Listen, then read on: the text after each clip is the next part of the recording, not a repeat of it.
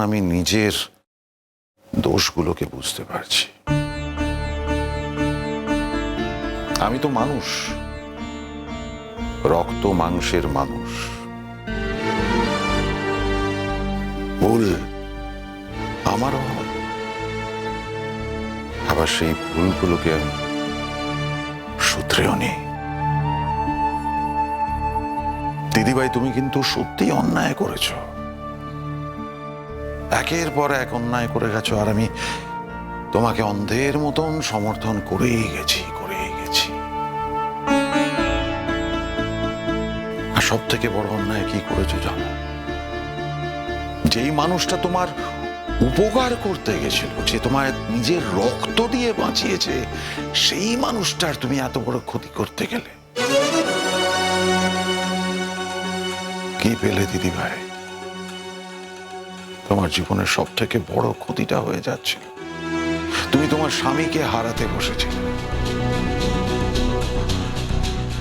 You don't deserve this.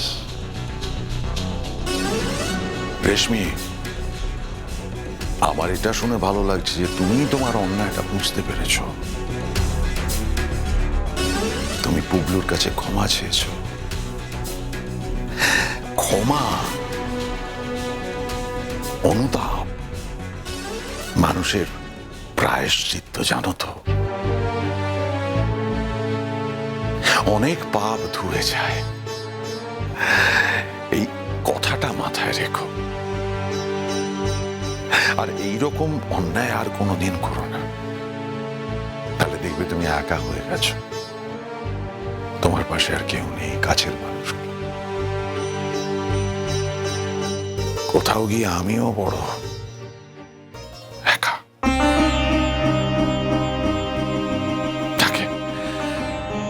এটা জেনে রাখো যে তোমার এই অন্যায়কে আমি সাপোর্ট করলাম না,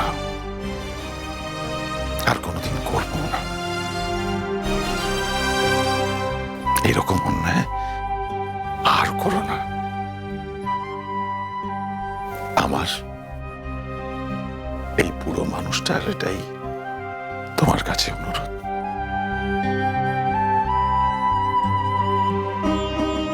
সকলে খুব ভালো থাকো, এটাই আমি অন্তর থেকে চাই। খুব সুখী হও। পুবলু, দাদু ভাই ওকে একটু সামলাও তো। সবাই মিলে এত কিছু ওকে অপমান করছে, ও আর নিতে পারছে না। এরপর যদি কিছু করে বসে, আমার আর ভালো লাগছে না। অন্যায় তো করেছে দিদি ভাই, কথা তো ওকে শুনতেই হবে। রেশমি, চলো উপরে চলো। না না ঋতুরাজ, আমাকে কনসোল করার কোনো দরকার নেই। সবাই যা বলছে একদম ঠিকই বলছে। আমি অপমানের যোগ্য। আমি এটাই ডিজার্ভ করি। আমি তো সত্যি একজন খুনি, একজন অপরাধী। আমি নিজে স্বীকার করছি তো, আমি যা করেছি অন্যায় করেছি। আমি ভুল করেছি, আমি এটাই ডিজার্ভ করি। কিন্তু ট্রাস্ট মি, আমি আর কখনো এরকম কিছু করবো না। আমি সত্যি ভেতর থেকে বুঝতে পেরেছি সবটা, আর কখনো এরকম অন্যায় হবে না আমার।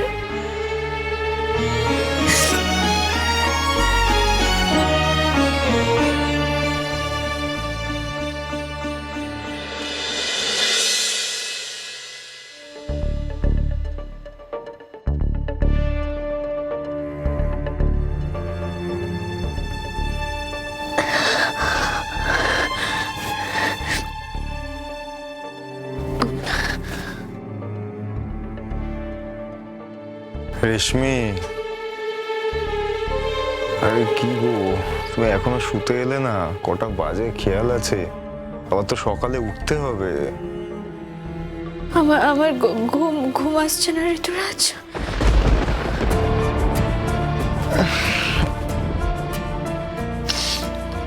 রেশমি, শোনো না, বলছি সকালে উঠে আমরা কথাবার্তাগুলো বলি। বিশ্বাস করো না, শরীর এখনো অতটা ভালো হয়নি। মানে ঘুমে না চোখটা ভেঙে আসছে, কাকপক্ষেও ঘুমিয়ে পড়েছে, আমরা জেগে গেছি। কেন ঘুম আসছে না জিজ্ঞেস করলে না তো? নাকি সত্যি বুঝতে পারছো না? বুঝতে পেরেছি, আমি জানি পুরো ব্যাপারটা রেশমি। আমি জানি তুমি কেয়ারফুলের কথায় খুবই আঘাত পেয়েছো, আমারও খারাপ লেগেছে। কিন্তু একবার ভেবে দেখো, ওদেরও যা মানসিক কন্ডিশন হয়েছে এটা শোনার পরে, এরকম ভাবে তো ওদের মুখ বন্ধ করতে পারবে না তুমি, না আমি পারবো। ওরা তো কষ্ট পেয়েছে। হ্যাঁ, কি হবে, ম্যাক্সিমাম রাস্তার বেরোলে হয়তো পাড়ার লোক চেয়ে থাকবে, এটাই তো।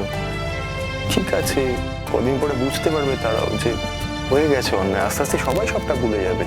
কদিনের বিষয়। দেখো, সবাই এটা জানে যে আলটিমেটলি মানুষই তো ভুল করে। এই ছোট ছোট বিষয় থেকে তো মানুষ নিজের ভুল শুধরায়।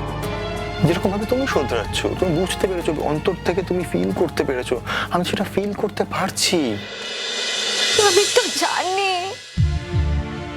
আমি জানি, জানো তো ঋতুরাজ, আমি জানি আমি অন্যায় করেছি, আমাকে আমার পাপের প্রায়শ্চিত্ত করতেই হবে। আমি সবটা জানি, কিন্তু তাও এই যে সবাই আমাকে কথা শোনাচ্ছে না, জন্য আমি নিতে পারছি না। আমার কিরকম একটা ভেতরে কেমন একটা হচ্ছে, আমি ঘুমোতে পারছি না। শোনো না, আমি মরে যাই, আমি নিজেকে শেষ করে দিই, ওটাই সব থেকে ভালো হবে। তাহলে কাকে আর কথা শোনাবে? আমি তো থাকবো না, আমাকে তার কথা শোনাতে কি হচ্ছেটা কি রাত্রিবেলা? কেন? আমি তোমাকে বলছি।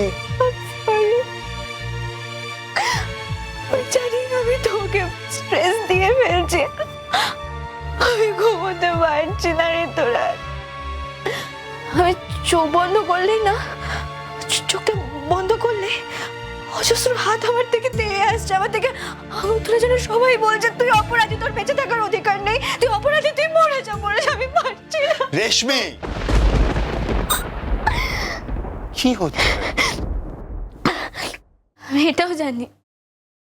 এটাও জানি তুমি তো আমার হাজবেন্ড, তুমি আমাকে অনেক ভালোবাসো, তাই সবসময় চেষ্টা করছো আমাকে সান্ত্বনা দেবার, সবসময় চেষ্টা করছো, তুমি সবসময় চেষ্টা করছো আমার পাশে থাকা।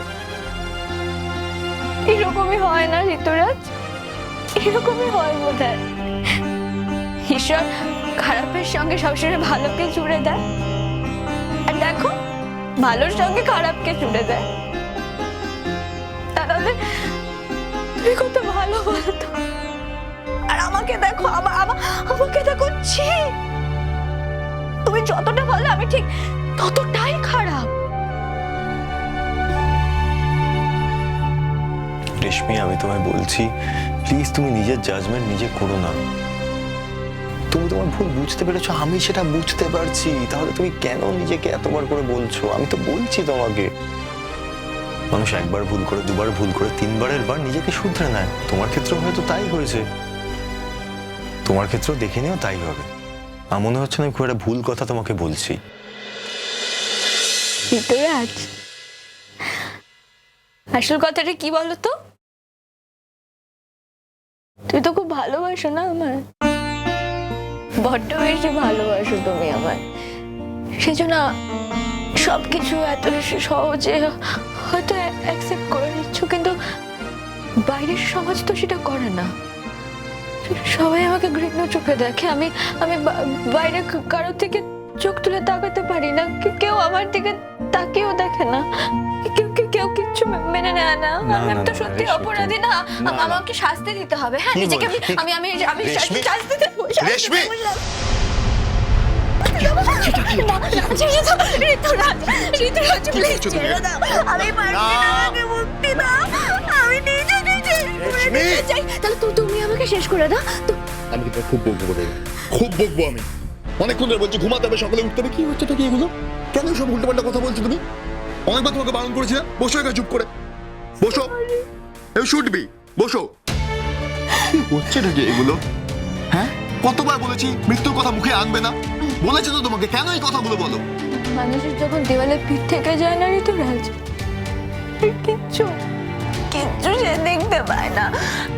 আমি যখন আমার আশপাশটা দেখছি না, চারিদিকটা শুধু ধুলোবালি, শুধু মরুভূমি, শুধু মরুভূমি, আমার জীবনে আর কিচ্ছু নেই। মৃত্যু একমাত্র আমার শেষ পথ, আমার কিচ্ছু নেই। বসো এখানে, চুপ, প্লিজ প্লিজ।